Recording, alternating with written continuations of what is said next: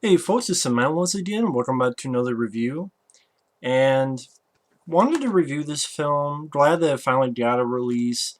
And that is the 1988 film Ghost Town. The Good, the Bad, the Satanic. Always remember that cover. I actually had the VHS. It was always one of those films when people mention, hey, films that you like to see on DVD. And instead it went straight to Blu-ray. By Scream Factory. Now, there are no features on the film, which is too bad, but it does have a flipper, so you got an alternate cover. You have some artwork on the disc, which is the great VHS cover from back in the day, like this.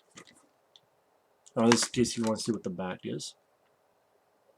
And that top says, a dusty ghost town, seemingly abandoned, holds the lives of its original inhabitants in an animated netherworld for 100 years. When a modern-day sheriff's deputy is lured to a desolate, spooky ghost town in search of a missing woman, he comes face to face with a malevolent spirit from the town's past. The spell of death and suffering over the undead townspeople must end to set them free from eternal pain.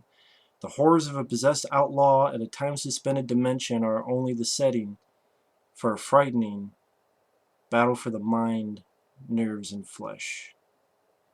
Starring Frank Luz, I'm not sure how to pronounce it, Frank Luz. I remember the same year he was in a fun creature feature called The Nest, which I reviewed long ago, which also got released by Scream Factory. Jimmie F. Skaggs from Oblivion and Puppet Master, who is the villain here. Bruce Glover, who is in Chinatown, Walking Tall, the original, I believe the original. Diamonds Are Forever. And it's directed by Richard Governor. And this is the only film the guy made. Now, it's one quick note, the picture quality is great, at least to me. I thought the picture quality was wonderful. I mean, I had only seen it on VHS, so maybe that's why, but I thought it was a great looking Blu-ray. I mean, this is a film of 1988 that not many people know about, and I thought the transfer was very solid, at least to me. But it's sad there's no interviews, there's not even a trailer. I mean, it's pretty much just the movie and that's it. I mean, not even a trailer. That's a bit of a letdown. Especially when you look in the trivia and it's IMDb, so you never know what's fact and what's not. But reading on here says that, of course, this is the first and only film directed by Richard Governor. It says constant changes to the script caused Richard Governor to walk off the set 2 weeks before principal photography was completed, which forced the cinematographer Mac Ahlberg to take over as director.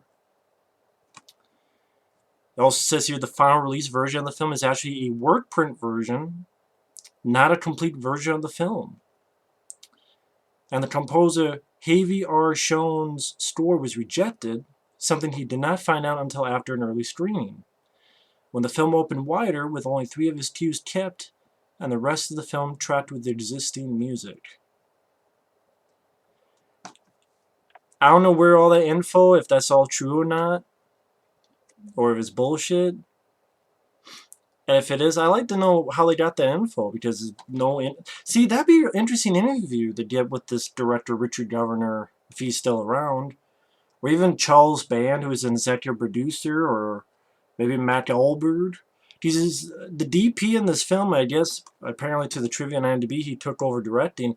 And Mac Ahlberg, you look up his credits, he's worked on a lot of films as director of photography. I mean, from Ghoulies to Trancers to Reanimator to, I think he worked on Prison and House 1 and 2 and Deep Star 6 as, cinematographer, DP.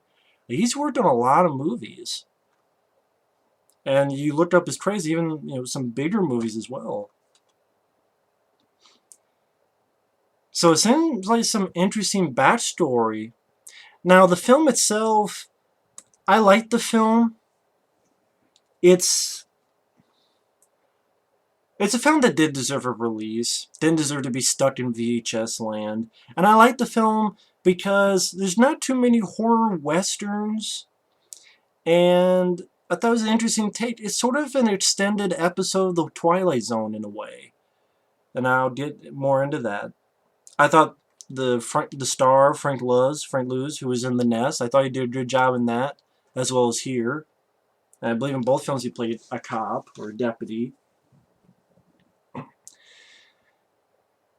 I thought the it's funny when I read about that music, it made sense because when I listened to the score, I'm like, I like this score, but the opening is from Ghoulies 2, which came out the same year, 1988, because Ghoulies 2 is one of those films I saw a lot of times when I was a kid. I didn't see this film probably until at least 2003, 2000 some, 4, when I found the VHS. And of course, how can you resist a cover like that? Unfortunately, there's not a scene of that in the movie, but I didn't really expect it. But it'd be cool, but I didn't expect it. But I mean, that cover just captures your attention. I think it's a fantastic cover. I'm glad they used this. But Ghoulies 2 is one of the films I saw ever since I was a kid, which again I have the 2-pack with Ghoulies 1 from Scream Factory, and that even has at least a few interviews, so it has at least some features. But whenever the opening credits, when the credits popped up in Ghoulies 2, I remember that music, and that's the same music in the opening of this film. And I swear I hear certain elements of that score. I also hear certain elements of the score from Prison, which that was also a film from 1988. So it seemed like Empire, which released this, they were looking at some of the films they had, Empire Pictures and such, well, I don't know why. I don't know what part of the score was this guy who's credited, Harvey R. Cohen. I don't know which parts of the score is his. I don't know. I'd be curious to hear it, to see what was so bad. It's like, oh, fuck it, let's just put Ghoulies 2, and let's put Prison, let's put these others.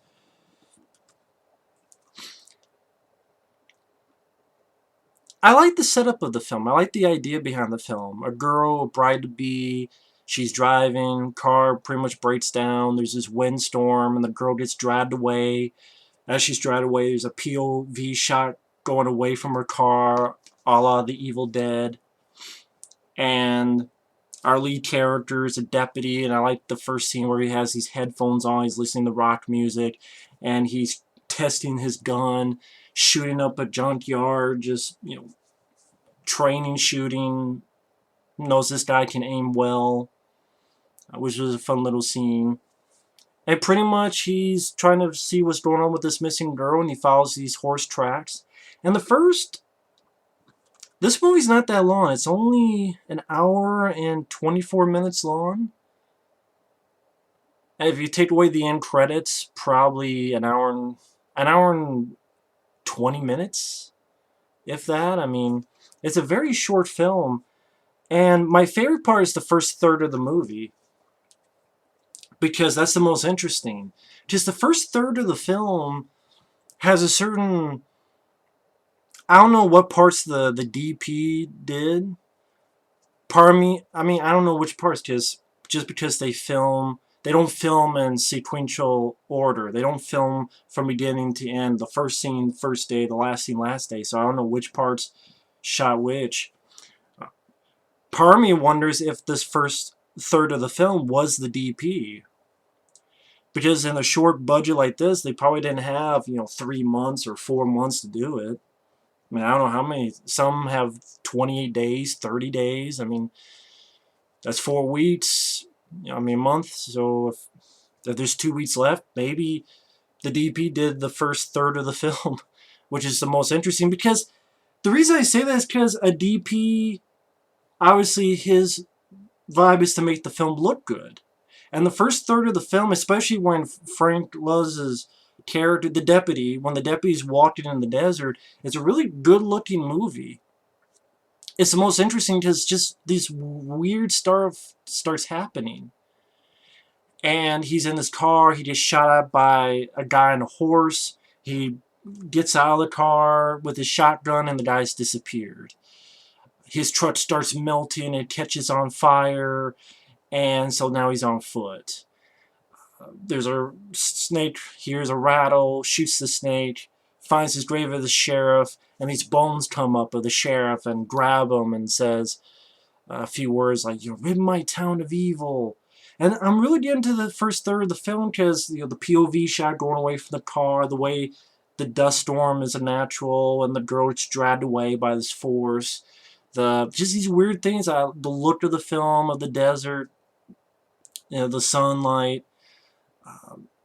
When the sheriff's, it's a corpse pretty much of just bones, just grabbing the deputy and giving him some words, and just weird stuff happening.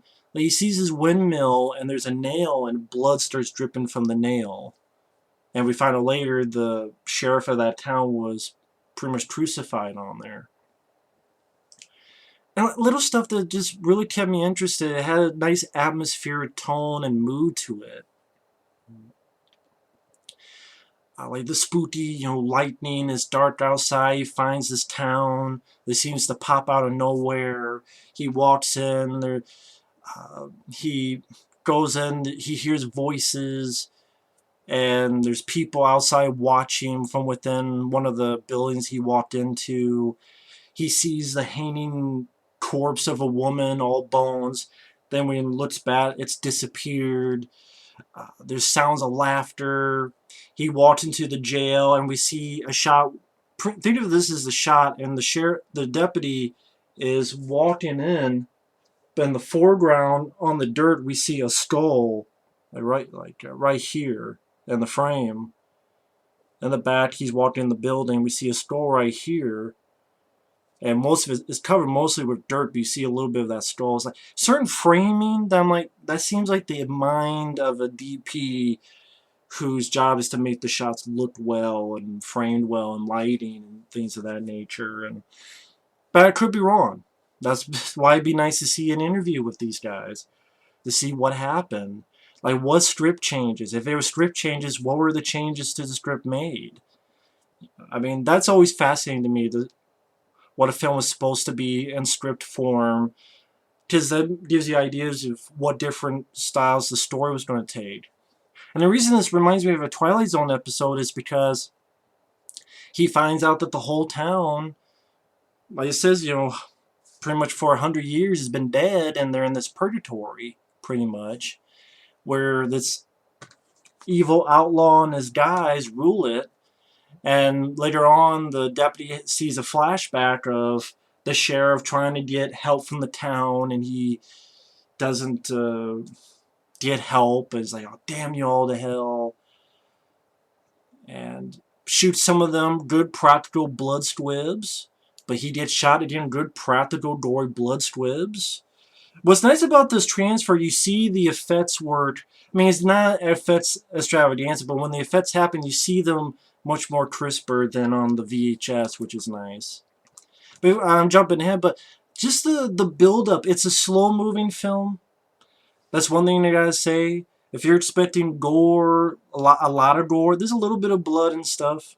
But if you're expecting a lot of gore and action and fisticuffs and explosions, it's a slow burn movie, so it might not be everyone's cup of tea. But the first third of the film really got my interest because I thought it was building a great atmosphere tone where he would see stuff and then they disappear. And there's a moment where he looks at a skull and there's blood dripping from the eye socket of the skull. And when he's in the jail, he finds the corpses of these bodies, just pretty much bones and a little bit of goop on them, cobwebs. Some nice practical effects of the corpses. And people appear, and then they fade away, or he's talking to someone like this guy who says that he's the dealer, man of chance, and he's blind. And the deputy turns, and when he turns back, the guy's disappeared, but the chair's still rocking. Like, some subtle stuff. It's a nice build-up of this mood, atmosphere of this ghost town. And again, it's interesting because there's not a lot of horror westerns. I mean, my favorite is From Dusk Till Dawn, if you consider that a western of any type, but some people do, so that's why I put it in that category. But I'm sure there are others. that people mention. I remember seeing a while ago High Plains Drifter, which in a way that's a ghost coming back in the town if you think of it that way, with Clint Eastwood. And I remember liking that film a lot. Uh, and he goes into a bar and he sees ghosts in the mirror, and then he's talking to this woman who gives him something to drink. He goes upstairs, the doors are opening by themselves, and the mood atmosphere, this dusty town, winds of dust blowing. He comes across his blacksmith and I believe his daughter, and there's these two guys that try to get the drop on him, and they want his shotgun, and he does a smart thing where he digs the barrel of the shotgun in the dirt. Kind of reminds you of the ending of Survival of the Game. Always check your barrel. Always make sure the barrel's clean. And so when the guy tries to fire, blows back on him, practical effect, and then he pulls out his gun and shoots the other guy. But they won't stay dead. And a very interesting idea is that the weapons he brought won't do anything, but if he kills them with the old ways, if he kills them with the old weapons of that time, like he finds a pickaxe and hits someone in the chest, or if he shoots with the old school guns of that town, then he can kill them. Which I thought that was an interesting idea. I don't know, this whole thing just reminded me of something I would see in a Twilight Zone episode, or something like that, but brought out to about 80-some minutes long. Now, where it lost me for a bit is the middle section, where he gets hurt from what happened there, and the blacksmith's daughter nurses him back. It has a nice flashback to the sheriff, some nice practical squibs and such. But he has a little bit of romance with this girl, and you don't really care about that. And then it cuts away to the villain trying to get his smack on with the missing girl. And the missing girl, the actress was there. I could take her or leave her. I didn't really love her, but she was there. And the villain was okay, a little bit hammy, a little bit over the top. Some nice practical makeup effects, because what you see in the flashbacks that the sheriff actually shot the guy in the mouth, and it was a nice practical effect we saw there in the flashback, and that's why he looks that way. But I mean, it's a little bit slow. It kind of it loses that mood and atmosphere, which is what I was really enjoying.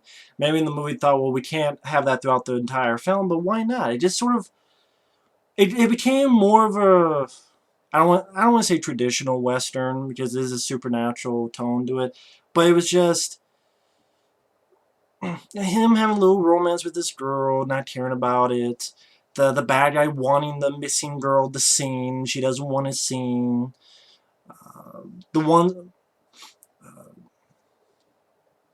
he's someone wants the blind man's talking to him about some bullshit, and some guy tries to pull a gun on the deputy, and the deputy actually shoots one in the head, and you see the reveal, like, guy gets shot. When he goes down, you see his skull's been opened up. Although I don't think he comes back, which kind of defeats the idea of only older weapons, because he used his gun, not an older gun. And if he came back, I didn't see it. I might have missed that part.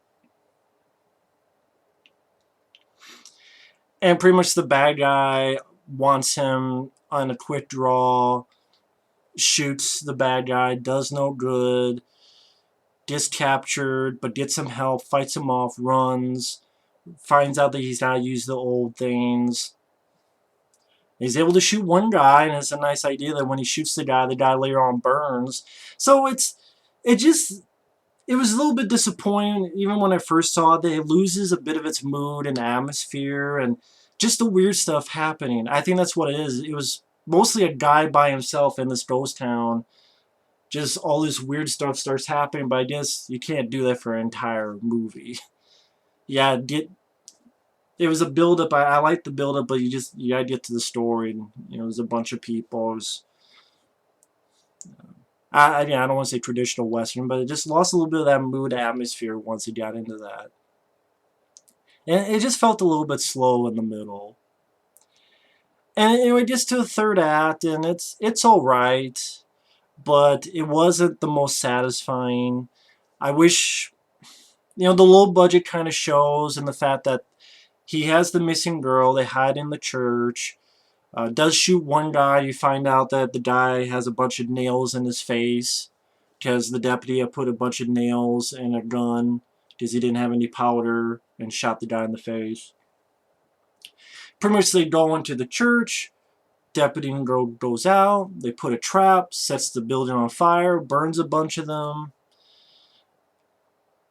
And then it's kind of almost a little bit anticlimactic because you're thinking, okay, let the sheriff, he has all this set up at the beginning in the junkyard, be able to shoot this, have him, give him his high noon moment where there's a bunch of guys, he has the old bullets now let him shoot this guy, shoot this guy, shoot this guy, shoot this guy. It doesn't really do that. It's just, the girl throws a little Molotov cocktail, the deputy shoots one, and she's like, good shot. And he goes, well, I wasn't aiming for him, I was aiming for our main bad guy. And pretty much just walks up and shoots the bad guy. Poo, poo, poo. Guy falls down, gets back up. I like this idea that he takes he found the star of the sheriff that was there and throws it like a ninja star right into the bad guy's head. I like that. The guy falls to the ground. I just wish there was more to the finale. I mean, I know it's a low-budget film, but I didn't feel like Prison is a low-budget film as well, but that seemed like a more satisfying finale. Here, yeah, the setup at the junkyard in the beginning, I don't know, maybe that's what script changes were. I don't know. I mean, again, it'd be nice to see interviews, but it's like it wasn't much. They were in a church. They escaped, set up a trap with some fire. She threw a little Molotov cocktail. Deputy shoots one, shoots the bad guy, and then throws a star on the guy's forehead. To me, it would have been nice to see more of an epic showdown where he's using the gun and doing the six-shooter. And hell, there was another movie. It's not a horror film, but it was Lone Hero with Lou Diamond Phillips as the bad guy, and I believe it was Sean Patrick Flannery as the good guy. That's actually a good action film, and that had it was in modern time, and it was Sean Patrick Flannery was one of those guys that was a stuntman in the cowboy town, sort of those shows. But then Lou Diamond Phillips is a murderous biker, and his gang is there, and that has a great showdown. Going through buildings, and I know, but that's a low-budget film that had a satisfying finale. Here, I think they could have done more with, have him shoot at least a couple more guys with that gun. Or he has a shotgun, he barely uses it, except maybe once or such. I mean, he has a new shotgun, the shotgun he brought with him, but he even finds an older shotgun as well. Let him at least shoot a couple more. I mean, like a little bit more of a fitting finale. And even after that, it almost seems the ending is a little bit abrupt. Because when the guy dies, the bad guy dies, he kind of starts falling apart. The ghost town disappears. And then you see Frank Lowe's just looking. And him and the girl, it's almost as if their clothes are changed. Well, I guess the idea is he took his shirt, his one shirt, and put it on the girl, I guess. But it's pretty much just him looking. He's over here. It's like, it's gone. And she's looking at him. Then cuts away to a bird picking up that badge and flying away and disappearing. I don't know, it just seemed a little bit abrupt. Like maybe if you had the deputy and the girl walking off into the distance. I mean, that's what I would do, is like have them walk off in the distance, like he's holding her, comforting her as they walk off into the distance. Camera pull back, and then have maybe the sheriff's badge here, and then the bird come in pick you up and fly away. And just the way it was staged, where Frank was like over here, just his back towards her, just over here, and then she's like way over here looking up at him, and just it seemed awkward. I don't know what it is. So there are some flaws, like the ending's a little bit abrupt, awkward, the last scene, and the finale could have been more satisfying. At least give a little bit more body count for the hero. I mean, he's come in, you've shown that he can, he's a good shot. I mean, if you're showing that he's a good shot, show a little bit more. They do show some of it throughout the film, but this is the finale. I mean, have him kick a bunch of these guys' ass. But I still do like the film because I think it's an interesting film, and the fact that it's not a normal type of horror film that you see. It's a late 80s horror western, which that in itself is a different animal. I like the lead guy. I think he did perfectly fine. I like the moody atmosphere, especially in the third act. The idea behind the film, a deputy coming upon a modern deputy coming upon a ghost town to rescue a modern girl, and dealing with these people who are in this purgatory, and the fact that only the older weapons will defeat the bad guys. And there's interesting ideas, and it's not a long film either. It's only 80-some minutes long, like I said. So yeah, the middle is slow and the ending's not the most satisfying, but I'm still glad this got an actual release. I think it's a pretty decent little film. Hearing that there were some problems, I could see that this does seem like a film that had some problems, but I don't think this is a bad film at all. Is it everyone's cup of tea? No. I mean, I would not be surprised some people go, well, there's not a lot of action, it's a slow-paced film. And even I said the middle part was a little bit too slow for me, but still, some nice little practical effects when you see them, and like the story. The acting is pretty decent across the board. I mean, I wasn't the biggest fan of the missing woman, that actress, but I've seen much worse either, so she was there. And the villain was a little bit hammy at times, but other times he worked fine. I mean, the acting overall was decent. I like the story. I like the mood atmosphere, especially in the third act. A little bit of gunplay and the old school Western style. And it is a low budget film produced by Charles Band, but I think it's a pretty decent film. If you're a fan of low budget horror movies, that be prepared. You don't go with a slow burn. It's not a fast paced action movie. You like a little bit of mood and atmosphere to your flick. I think it has an interesting story to it. It does seem like an extended episode, or maybe like an 80s Twilight Zone, or Tales from the Crypt, or I don't know. Maybe I'm wrong in that. But, and I don't know why they don't even have a trailer on this. It's a bare bones release, but it is good picture quality. I'm just rambling now, but I liked the film. I don't love the film. There are some little problems here and there, but I liked it. And I think it's pretty decent, and I think it's worth at least one look.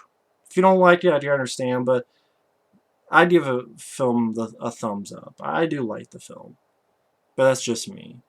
So either way, thanks for watching, take care, and stay tuned for more reviews. Later.